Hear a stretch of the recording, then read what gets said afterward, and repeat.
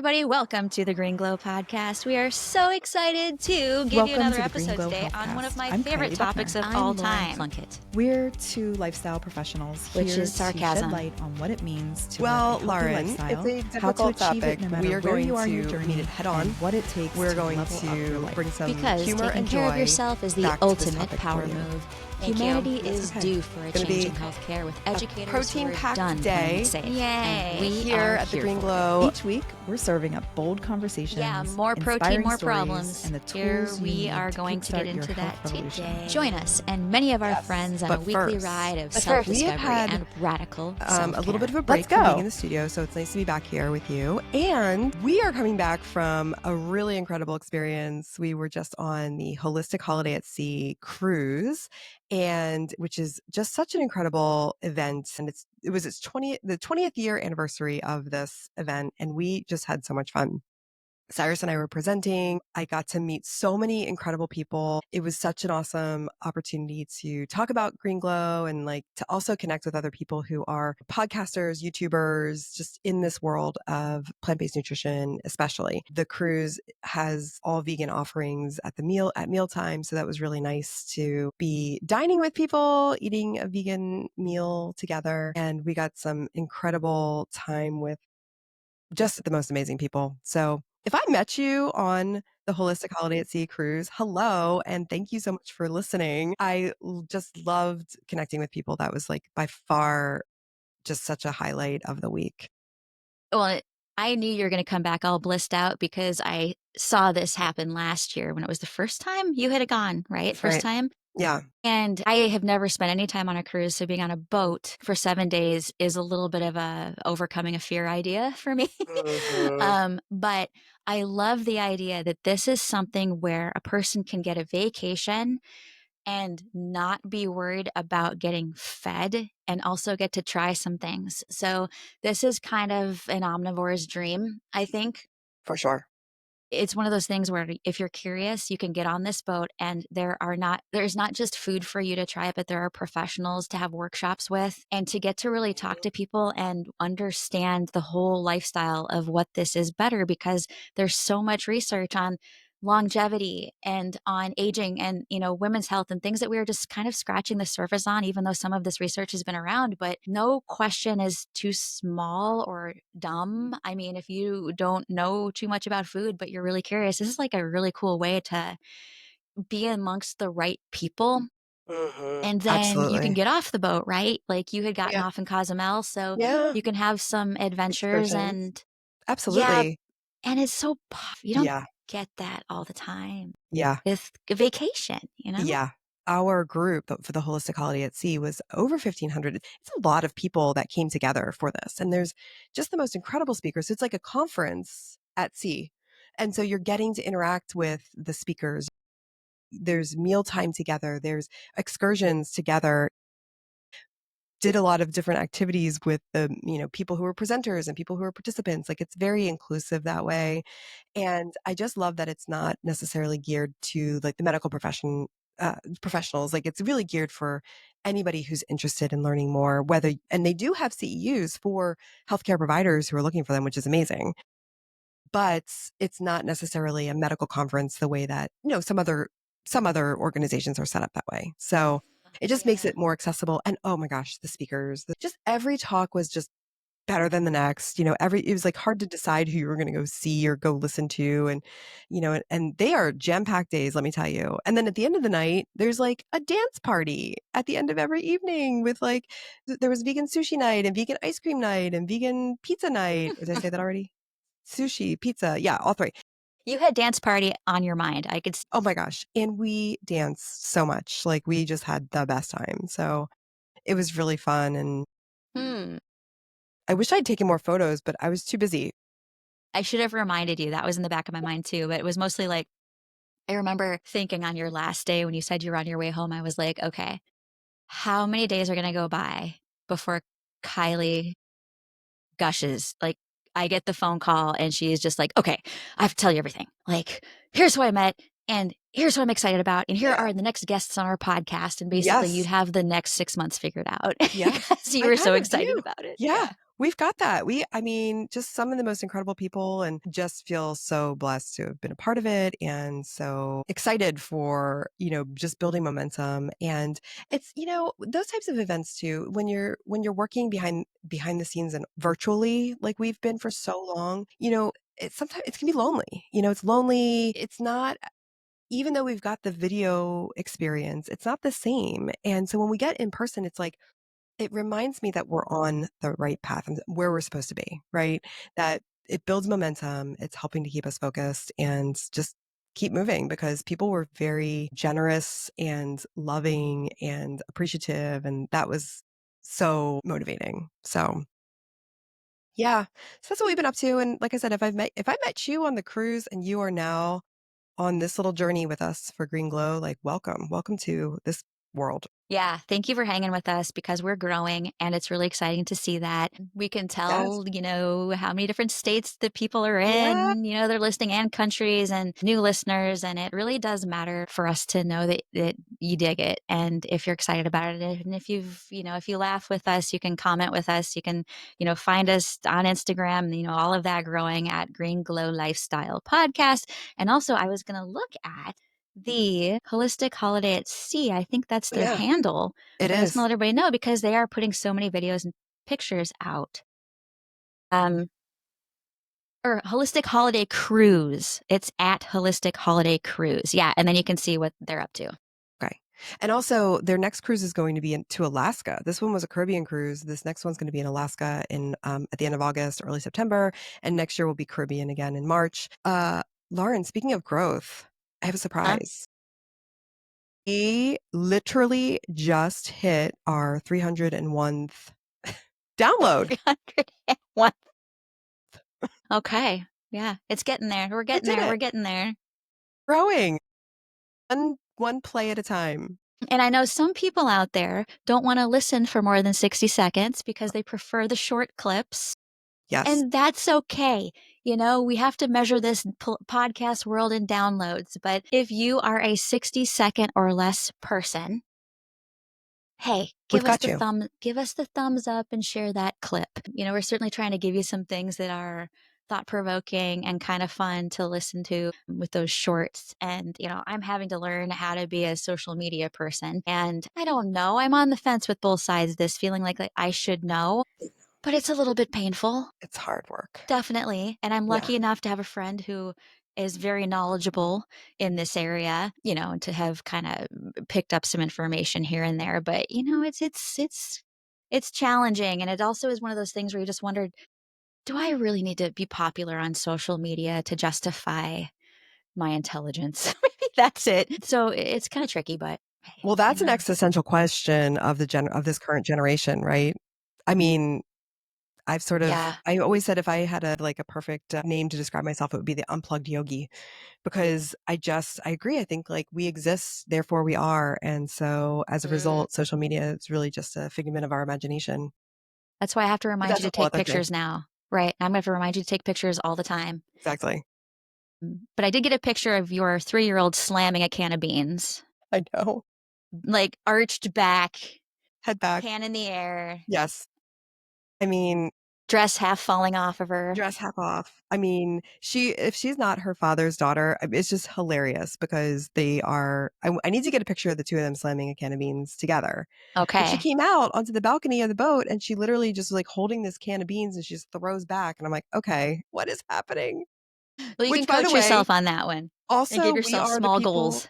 Yeah, exactly. And that also is to say that we are also the people who are bringing we literally brought in like a bag of canned beans onto the cruise ship because to ensure that we had enough food for specifically for Cyrus because sometimes that's just kind of how we roll. Right, We I mean, also I stopped think in that Mexico. you're so Yeah, used to packing I know. that even when you think that you got this whole display of Yeah, food that you want, you're yeah, still just like, "I'm not too sure if I'm gonna actually get what I want." yeah. It's always a question. And also, but this is part of being prepared, just in case when you get hungry at night, you don't want to have to turn to the foods that are not going to serve you. We have cans of beans. Mhm. When we stopped in Mexico on our stop, we went to the grocery store and we went and got fresh mangoes because guess what? It's mango season. And Oh, we got man. Mexican mangoes and we got extra bananas because, in Mexico it's a very delicious place to buy fruit. So we did Nice. that and that was really fun. So we definitely, again, knowing where to go when you're traveling. I mean, we'll definitely get into like some travel hacks, like how to stay on plan when you're traveling. And that was a big part of some of our strategy too. So Yeah, yeah, get into those local markets. yes. It is gonna be fresh and awesome. Yeah. Yeah. Anyways, that's what's up with me. I'm just recovering. We got a little cold. We're just, hanging out this week, Uh-huh. recovering, and then, but glad to be back here with you, of course, as always. Mhm. So Well, yes, good. I'm glad that you're back, and in fact, I'm gonna help us segue by first telling an interesting story, and I'm glad that you got Mew on your lap because yeah, we're gonna talk about cats a bit. If we're gonna talk about protein, we're also gonna talk about cats, and I'll tell you why. But, okay, so the other night I'm laying in bed trying to sleep, but I can't because it sounds like there is a beaver on a vine slamming into the outside of the house. What? Let me set this up. We have the biggest squirrels that anyone has ever seen because they eat our birdseed. They're gigantic. And one of these little chunky butts made his way into our roof or into the attic or something. And I feel like I'm making it up because like I'm the only person hearing this. And I think one of our cats was probably in the closet staring at the wall too, but I'm awake and I feel like it is right next to my right ear. Like I'm going to look over and there is a squirrel right sitting there. My And God. it's in my closet. And it sounded like they were, honestly, I had this vision of, and I'm telling you, our squirrels are gigantic, like this beaver sized squirrel just swinging from the tree, slamming into the side of the wall outside the house where I sleep over and over. It sounded like My God. tiles breaking, and we don't have we don't have tiles on our roof. What? So I know. So it's just like I'm going through this thing in my mind. We feed you guys birdseed. The least you could do. The least I'm trying to rationalize with a squirrel at Yeah. 3 a.m. Right. Let me sleep. Yeah. Just go away. Yeah. And think I'm nodding off finally. And I hear that wonderful 4 a.m. sound that only a cat and a dog owner Mm. knows. And it's that Hoop, hoop. and you have seconds to get up. I have approximated it's 3 to 4 seconds Yeah. to get paper towel underneath their Under. mug before they lodge, before they spew. And um, I heard it happen. I heard the first spew happen, and it was Sailor, and I hear a jumping down. And that jumping down means that she barfed in my office chair, the chair that I'm sitting in right now. Sailor just, Had her way with it. just doesn't care. So and then she's on the carpet. I'm like, "Oh, fine, I'm awake. And because I'm a cat owner, I've got paper towel up here. And I dive underneath her with this paper towel and I catch the second one. So I am successful at Nice. 4 a.m. because now I don't have to clean up the carpet, but I'm gonna have to. I think she actually threw up on a sweater that was in my chair because the chair looked okay. So anyway, um, yeah, it was a squirrel situation. Lauren's not sleeping, had a big day the next day, to the cat spew, to here's just another day in the life of trying to be a dietitian. Mhm. And I got to thinking about cat digestion. So I knew, and also something that people are thinking if they've, you take your dog for a walk and spring is starting to happen and they're eating grass and you get home and you're just begging them, please throw up outside this front door. And, your dog is like, no way, lady, I am for the carpet. I'm coming in. Like, heck no, I'm doing it the way I want it. Sailor is eating grass. And that was part of where this was coming from. Mm. And anyway, I knew this was happening. So, something I think about often with cats is like their digestion is really interesting, let's just say. So, the obligate carnivore has eh, has different enzymes than an omnivore in order to break down what they're eating. And I remember getting into a conversation with our vet who has been so kind to answer all of my weird questions when I'm in there with him. And cats have an extremely acidic environment. Like their internal pH is like 1 to 2 or something like that. Or what are we? We're in the sixes, right? Yeah. Okay. So I give you some kind of idea of the ideal nourishment for a cat is a mouse. They pounce the mouse, it's down the hatch, and their acidic environment is capable of breaking down hair and bone because they are obligate carnivores and they are designed to be able to eat this way. Right. So this is what I got to thinking, and I knew that we were going to be talking about the one of the most delightful subjects, which is just protein intake. And I just wanted to be able to set this up in a moment where I could make a very crystal clear statement that is relative to people who might be cat owners that we are not carnivores. We physically are designed to be omnivores. Now, here's the other dilemma here is just because we can eat just about anything on the planet, alive or growing from the ground, it doesn't mean that we should because we aren't built for it. And some people find out the hard way that maybe they aren't built to eat like a cat. Our segue into this very incredibly straightforward topic that has gotten to be extremely complicated, which is that Yes. macronutrient called protein. Yeah. Yeah, it's so true. The complicatedness of protein in our world right now is so challenging. It's very confusing. It feels like there's new information, different messaging every day. And what we've kind of been breaking down over the past 2 months really is the fact that, you know, we've looked at certain macronutrients, like we've talked about cardiovascular health and how, saturated fat in particular plays a really pivotal role in your heart disease risk and in other complications like developing insulin resistance and why that's a problem. So, if you're listening in and kind of like, wait, what? Why are we talking about this macronutrient? Well, we're talking about macronutrients this month, and it's important because we as coaches and wellness coaches get this question all the time. And especially as plant-based coaches, we talk about protein with our clients and we've had to learn and understand why this macronutrient is very vital and very important, but also how it's kind of gotten maybe a little over promoted, maybe is the right word, over the years. Mm-hmm. Mm-hmm. And we've seen different iterations of it too from a dietary standpoint, right? At some point, there was a South Beach diet, and then there was the Atkins diet, and then there's been these low carb approaches, and they've all these different names. But it's also, I think the coining the term the paleo diet, I think it's hysterical Mm, to call something paleo because mm, the paleo person would eat anything they could possibly get their hands on. right.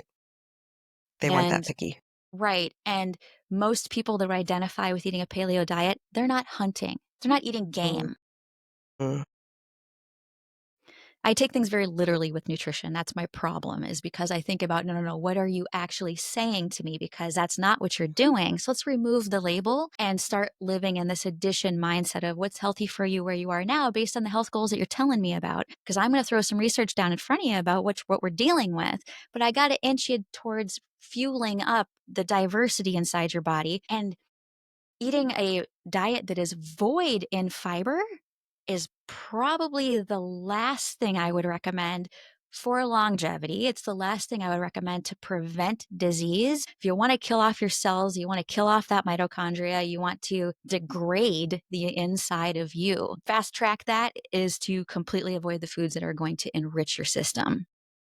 So, mhm. certainly, this isn't a carnivore talk, but with which would probably be my number one thing that I would hate to talk about the most. Oh, So it's just because it's getting into diet culture is very contentious. mhm, And, at a conference, and when I'm in a professional setting, I'm so in the mindset of, let me hear you and we'll have a constructive conversation. But social media is not a place to be constructive. It's not built for that. No one has the time for that. And I recently, in the last month, have worked with a handful of people that are eating more protein than I have ever seen. And each of them has been following the advice of someone who sold them a program. So, what does it take? It takes a 10-second clip of someone on social who you think is sexy, who might have a completely different body type and genetics as you, but somehow you trust them quickly. You think you know them and you're seeing this image and you want the image and you see their program that they're selling for $2.99 and you believe them. That's why this has become kind of a scary world. And the people that came to me with eating a lot of protein, I had to very carefully walk them into the recommendations that I was making because they were so convinced that what they were doing was working. However, they had all hit the wall going, I'm gaining weight. I can't actually lose weight. I'm not lean. I'm not what they said I would be. And when I find out what their protein needs were, every single one of them was eating enough protein to cause them to gain half a pound a week than Wow. what they would actually need. Protein is a precision measurement. And it does take working with a professional to find it, but also it's not hidden information either. Nancy Clark's guidebook. She's a sports dietitian that has a fantastic book that comes out in new editions every so many years. And she is evidence based. She's very neutral in what she's trying to explain. She gives really good reasons for different types of sports and activities. But even if you're not an athlete, you can use information like that to understand what's my starting point for how old I am and the weight that I think that I can maintain because protein's based off of body weight, off of it's just a random measurement. So there you go. That's kind of my ideal with protein right now. Well, and I think as somebody you've studied nutrition in such a high level that when I hear it's a precision measurement, which is exactly what I do with my clients as well, we like, what's the precision? What does that mean? What are the actual protein needs that we have per day? And how does that change from person to person and also through the life cycle? Because that's one of the things that the research does show us is that, for example, when you're in your 30s, you start to lose muscle mass by 3 to 5% a decade. But that starts in your 30s. Like, I mean, I'm well past my 30s, but I didn't know that. I was like, "Oh, shoot, I would think that would be something that would happen, like, in my 60s." So, all of a sudden, I'm like, "Okay, well, then what does that mean? How do I repair that muscle loss or work towards the promotion of building new muscle?" Now, protein intake plays a role in that, but knowing what my baseline protein intake is also really important. So, if you're somebody who's in your 40s, 50s, and you're kind of thinking ahead to the next part of your life, when we know that as we naturally age, aging is a natural process that does lead to some muscle degeneration if we're not actively working to continue building it. So there's so many pieces of this puzzle then. It's like, okay, so great. We know that muscle degeneration is a part of life. We want to try to promote strengthening activities to build and be consistent with our muscle tone and muscle volume mass. But, I hear protein is the answer to that. So I should probably be eating more and more and more protein. Isn't that right, Lauren? Ah, How do yeah, I know? How do I know how much protein I need? that is the magic question is do you know how much you need? Well, the first thing you want to know is how much are you getting right now? What is your normal intake? So yeah, getting a tracker, downloading a free app to be able to track your intake for like 3 days. Just what's really really standard for you. You will learn so much from that. I often describe nutrition tracking as like walking out of the house without clothes on because you cannot hide from what you track in an app. And the point is not to be perfect, not to hide. Do your normal thing and learn from it. And you're going to see how often you eat in a day, how you spread your meals out, how you typically make choices. If a lot of your choices are emotional versus out of hunger, people can learn a lot from that. And that's a really great way to set yourself up to take the right actions for you. And that's magic. When you see someone have the moment of, "Oh gosh, I'm eating way more protein than I thought," which is what I see most of the time. And because protein is really important in the body, uh, amino acids have very specific jobs, but they do different ones. That is why we all have a minimum need of protein. Just like we more or less have minimum needs of carbs, although there is research out there that tries to tell us we don't need any carbs, which Well, is hilarious, we've, yeah, right? we've Like, debunked that. exactly. Like, our bodies are incredible, but when we completely deplete ourselves of glucose, there are things that can happen that are not ideal, certainly not ideal. And for the short term, if we're really numbers focused, on losing weight or elsewhere, being numbers focused and tracking something in your body, a deprivation diet is certainly a fast track way to get to a point where your numbers start to change. But at the cellular level, you may actually be creating disease that you don't know about. You're causing a little bit of damage down there. So that's why when we talk about protein, we think in terms of, are you getting the minimum? Fantastic. Now, what are your sources of protein that may help you to heal or to help fulfill whatever your goals are? So, if you're a woman in her 30s and you just started to weight train, the first thing you wanna ask is, "How much am I eating now, and am I deficient in anything?" It's not, "I'm gonna listen to the trainer that told me to eat 100 grams and see what happens." No, this is about you, it's not about them, and that's what they're doing. They're trying to tell you you need something so that you buy their program. And make it about you. Find out what you need, because if you're willing to do the work and you are now like ready to lift and you have got somebody to help you learn about machines and you are at the squat rack and you are doing your thing, fabulous. That is going to help you preserve that muscle, but you've got to eat enough food to actually make the muscle too. And the other sources of food out there are carbohydrates and fats. Mhm. Protein won't do every little thing that you're asking for. It'll get broken down and degraded, and you won't use it if you're not eating those carbohydrates too. Right. I mean, that's how complex our bodies are. And, Cyrus was really great in describing that when he was on, a couple of weeks ago, that these systems in our bodies and our cellular mechanism, they're not unilateral. They're not one direction. There's all of these things work together in unison.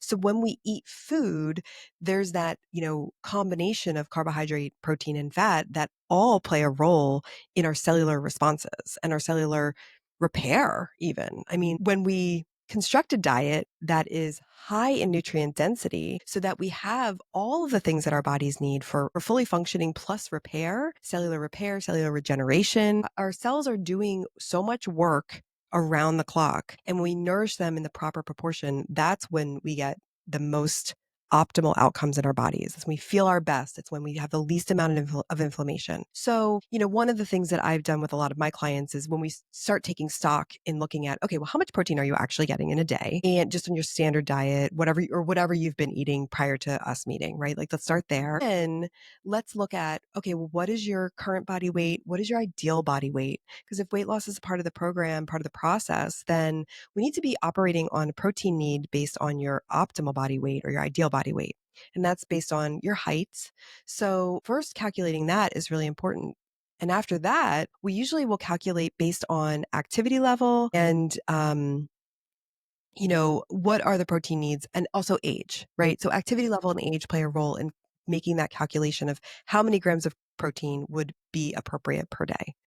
So, for example, Lauren, you actually have outlined this even in your book that there are optimal protein needs based on your age and activity level. And so that range can go anywhere from zero point 0.8 grams per kilo per day, all the way up to sometimes up to 2 grams per kilo per day.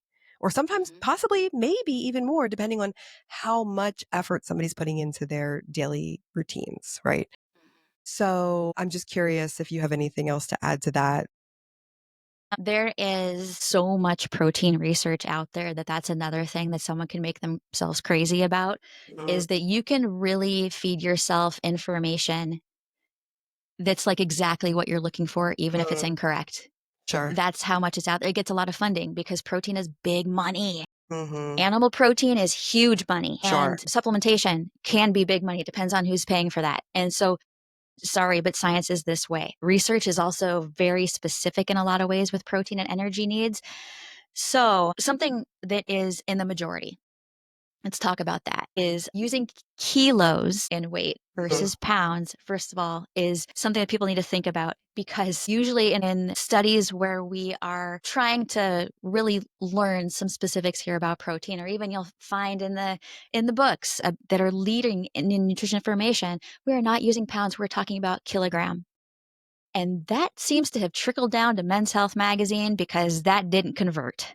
They are using pounds, which is often twice the amount in weight as kilo.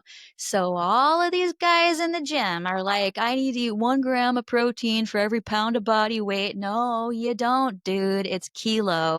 That's why you're overeating. And I'll throw a story in real quick on that. I was tabling at a vegan. It was some kind of a plant-based event once upon a time. And huge ripped dude came up to the table and he looked like a WWE star. He was just tattooed and just like you could tell he could like snap the table in half. And he was Yeah. the like gentle, nice guy. Yeah. Yeah. But And he you was could. like, yeah, he's like, man, based on like how big I am and how to maintain this. And he had gone vegan and he felt better. He said he was recovering better. Like all these things were working out. But he was really concerned that he was under eating because he was like, I weigh 250 pounds. I can't eat 200, 250 Yeah. grams of protein. And I went, well, your minimum would be kilo. And you probably need more than, let's see, let me do a little conversion here because on the fly, he would be 6 kilo. So we talked about that. I said, well, actually, depending on how much you're lifting, you probably do need close to 160 grams of protein, actually, for if you're lifting just by me looking at you, you're probably somewhere in the 1.5 to 1.6 gram per kilo range. And he was like, oh my God, oh my God. I mean, it was this, thank God. And that was all that he needed to learn was the realities of what kilo to pounds actually means and how to base that off of the recommendations on muscle making and muscle maintaining. So Right. yeah, there are recommendations for endurance athletes in comparison to people that spend a lot of time lifting. And the reason why we go up to 2 grams per kilo, 2 grams of protein per kilo, is getting over 2 grams of protein per kilogram starts to create a different environment in the body and often leads to dehydration, among some other things. Any research that we see where people could potentially be taking on more than 2 grams of protein per kilogram are very specific situations. And perhaps people who have done things to their body, meaning a long history of lifting weights, they have a lot of muscle mass, and it's in a environment that is well studied. And I mean, like, this could be someone who is some kind of performance specific environment of building muscle. If this is like a fighter, Right. what is their muscle building capacity? Perhaps in that position, they're able to eat more than 2 grams per kilo without having the side effects that usually happen. But for us folks, us everyday gym going folks, who even if we get into the gym 5 to 6 days a week Mhm. and we can spend 45 minutes doing something, if we are not career bodybuilders, we do not need to eat protein like one. That's a huge PSA right there. I feel like that's like a mic drop moment. Because really, we really need to take stock and sort of know ourselves. Like, where are we on the performance spectrum in terms of athleticism? I think that's a really important point. And if you're somebody who's not used to going to the gym, you don't have any fitness, strategy in your life at the moment, or you're looking to get there, adding more protein is not going to just build the muscle. The work builds the muscle. The actual resistance training, whether it's weights, body resistance, Pilates, we talked about that. Band, there's a lot of resistant bands exercises or small weights. It doesn't have to be a lot of weight, but resistance in itself, that's the work that actually builds the muscle. The protein in our diet comes into our body in the form of the amino acids, builds the muscle, actually repairs the muscle from the work you've done to help with sort of patchwork and growth over Mhm. time. So it's not like you eat protein rich foods and all of a sudden your stomach just sends it out to your muscles, right? There's so many other processes in play that take that amino acid and take it to the muscle tissue and say, oh, you worked your biceps today. Okay, biceps, here's some more amino acid and we're going to repair any of the little micro damages that happened during that work while you're sleeping, right? That's how these systems work together. And so it is important to have dietary protein. It's incredibly important. It's necessary for life. It's also necessary for life to be moving our bodies in constructive ways. Maybe I'm probably never going to be a bodybuilder. That's not looking like in my future. But if I were to start adding more weight training or some sort of heavy lifting, then my protein needs might change. And I would have to address that as the time comes. Now, I can say there was a year and a half where I spent doing CrossFit. And when I Ooh. would do the days that I was doing CrossFit, I was so ravenously hungry. It was like nothing could stop me from getting to like literally all like my entire kitchen full of food. And I was like eating like twice as much food as I normally would. And I really believe that my body was saying, you know what, you need more food. You need more calories because I need you to have more protein because you're working out at a much higher, more powerful level than you have been in the past. Or you were on the days when I wasn't at CrossFit, I was sort of like my average diet, like my average hunger levels. Yeah. Yeah. But that's to say that we really need to take a look at who we are in this world. If you are not somebody who's going to the gym every day or you're not involved in an active fitness program at this moment, and you see somebody on TV who's a bodybuilder or somebody on social media who's a bodybuilder, and you're like, oh, I must also have that much protein to look like that. The reality is it's gonna take a lot more work in the gym to make that happen than just changing or adding more protein, right, to your diet. It makes me think of how much all or nothing thinking there is just in trying to establish health goals, but then trying to figure out, "Oh my gosh, I need to be a completely different person to feel better about myself." And this is kind of opening a huge, can of thought, but that all or nothing thinking and what people see as an image of someone else that they wanna be kinda makes me sad. Like, the first thing that people do is they fall for something and then they go to down kind of a tunnel of, well, this is what I need to do and this is and it's just it's the backwards way of looking at it because if you do decide you want to be a bodybuilder, the first thing that I think you're going to realize you need to do is I got to track my intake for a couple days. Where am I? So that I don't do what happened last time and realize like my appetite's going to go up because our body's always talking to us. So if our workload changes, darn right you're gonna be hungry. If you all of a sudden start taking 3 spin classes a week, I can tell you right now, get ready to eat because calories are a big deal. The unit of energy is in the background making sure that we have power to build more muscle. And another really interesting way to think about what you were talking about with what protein's job actually is in tissue repair or building is one of my most valuable experiences when I was just coming out as a dietitian was when I spent some time working in a burn and a wound clinic because people who have deep tissue damage in a very unfortunate way, like burns and wounds, deep gashing cuts, but particularly burns, right? Extremely high calorie needs. Their metabolic rates go up. They have such damaged tissue that the inside of their bodies, I mean, to the cellular level, is trying to multiply and it needs nutrition to do it to repair that human's body to survive. You want to know how incredible the human body is? You go to a wound clinic. What's scary in a wound clinic is what they're feeding them, but that's a different subject. If I was in charge of feeding them, it would look a little different. Different story. Exactly. And I think they might actually repair faster.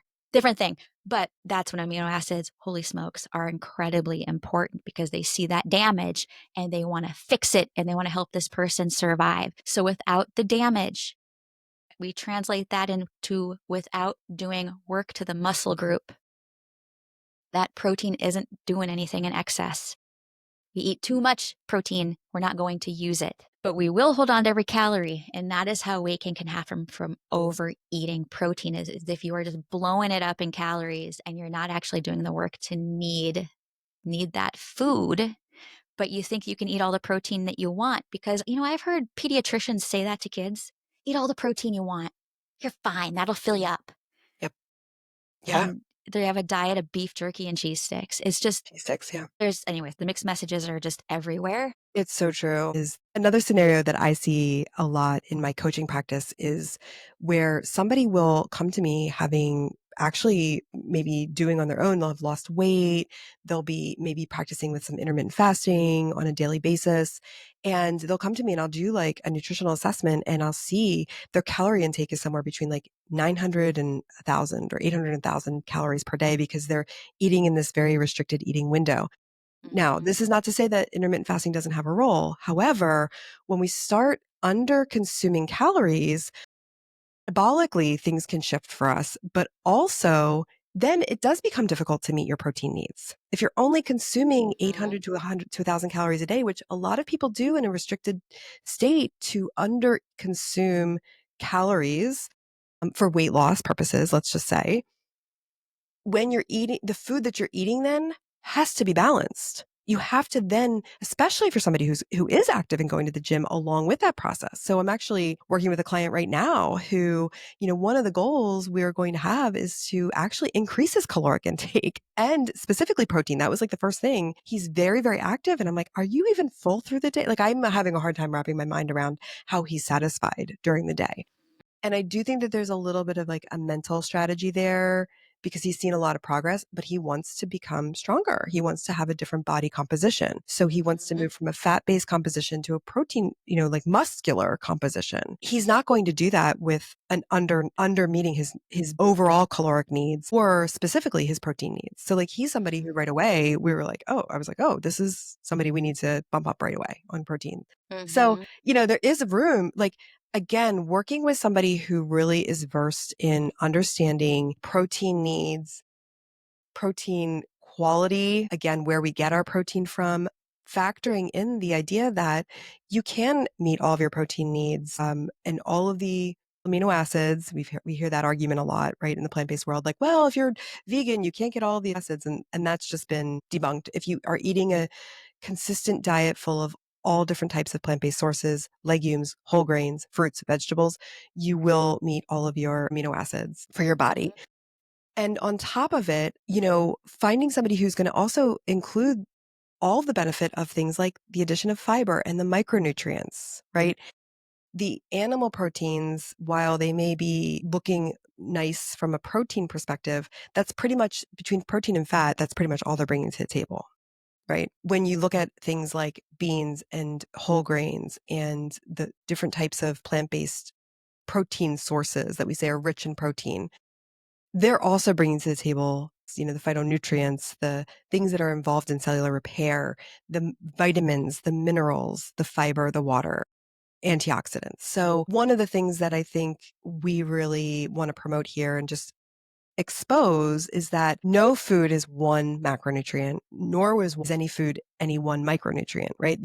Food is to be eaten in context of this universe within it that you're putting inside of your body.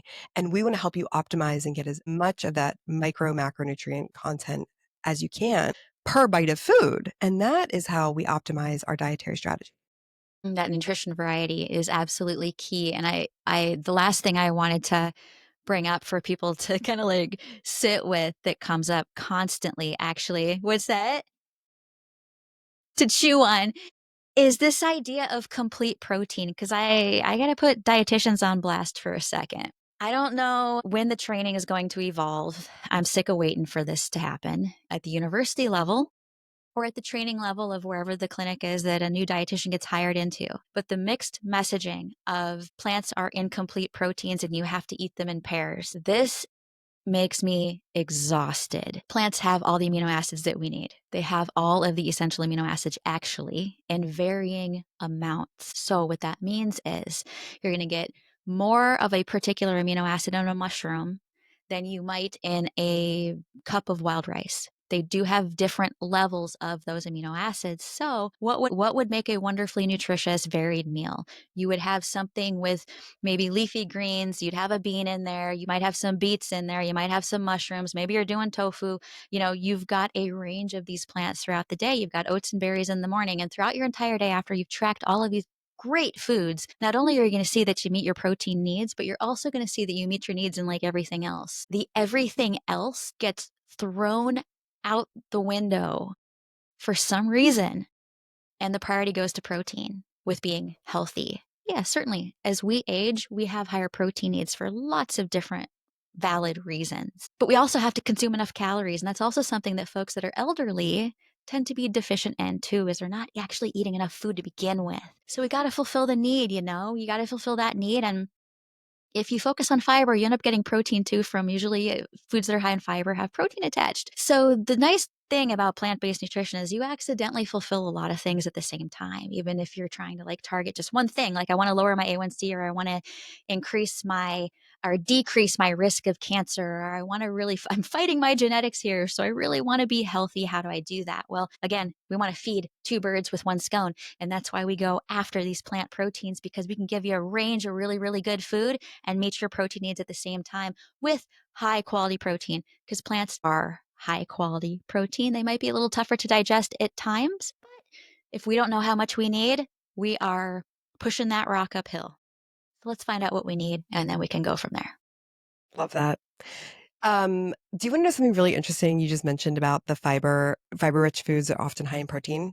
Yes. Tell me all the I things. have done so many like recipes and I've done so much food logging. One thing that I find that is almost like 100% replicable at this point, is that protein grams and fiber grams travel together.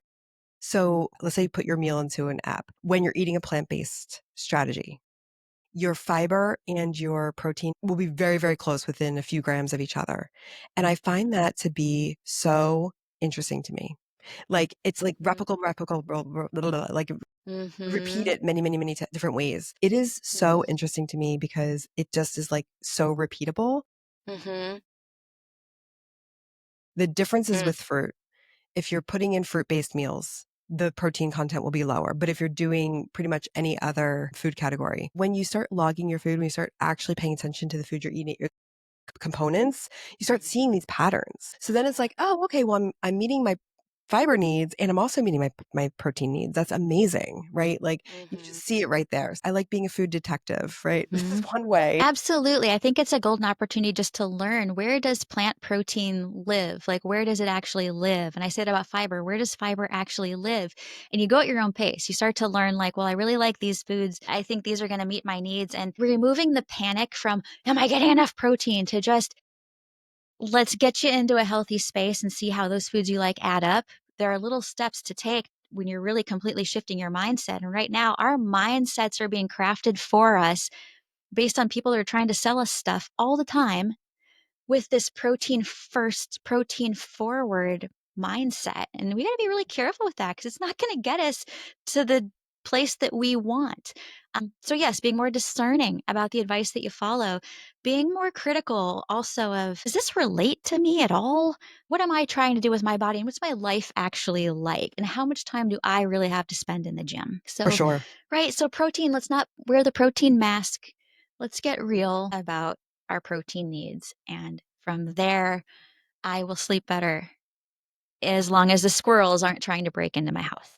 By the way, are you sure they weren't raccoons? I feel like, are squirrels supposed to be sleeping at night? Like, why were your You squirrels up at know, night playing? everything you're saying is not wrong. I have no idea because there are critters out there and they want in. Yeah, And they're cold. normally, They're cold up there. You got well, cold critters. it's like this time of year, it is like, and we live in the city, but we're in, there's squirrels and raccoons and we're by some woods. So you can drive a couple blocks down the street and see deer walking around. Oh, And turkey, wild turkey. There's wild turkeys that I basically have gone on a walk with, which is really fun. I've tried to take video of that. I call them the girls in the walking club. Yeah, I'm walking with the girls today, so I'll try to get video at some point. But in the spring, they just go nuts. It's all about breeding and finding the food that they had stashed before winter hit. And we watch these guys. Like I said, our squirrels, they could be the size of raccoons. I don't know. With the way that they eat and we spoil them. And they the have good the food. audacity to act the way that they do when I'm trying to sleep. That's rude. Rude. That's so cute. So yeah, that was our happy ending. And I hope that this protein conversation was at least a little bit enlightening for people and entertaining. And it Yeah. kind of hits you in a, okay, I have some things to think about for Yeah. myself right now. And maybe it's not as hard as it seems. Yeah. Just as like a recap, just as our PSA for today, right? Like, what are the three takeaways? Number one, please measure and navigate your protein needs based on kilogram weight. So if you don't know how to do that, Google that. It's very, very easy to calculate. Number two is also be aware that your body needs may not be as high as somebody else who is doing consistent, very heavy lifting, right? Sometimes multiple times a day. And number three is that as we age, we do have changing protein needs. So let's pay attention to that. Let's find somebody who we trust, who, maybe can match where we are in life, who we are. Um, Let us help you. If you've got questions for us that we can help you answer and get you the right resources or get you in the right direction, or we could help you, you can message us, either Kylie or Lauren at greenglowlifestyle.com. So let us help you. We'd be happy to help. And on our website, greenglowlifestyle.com, I will post my protein page so that you Oh, can actually figure out your yeah. goal body weight. Perfect.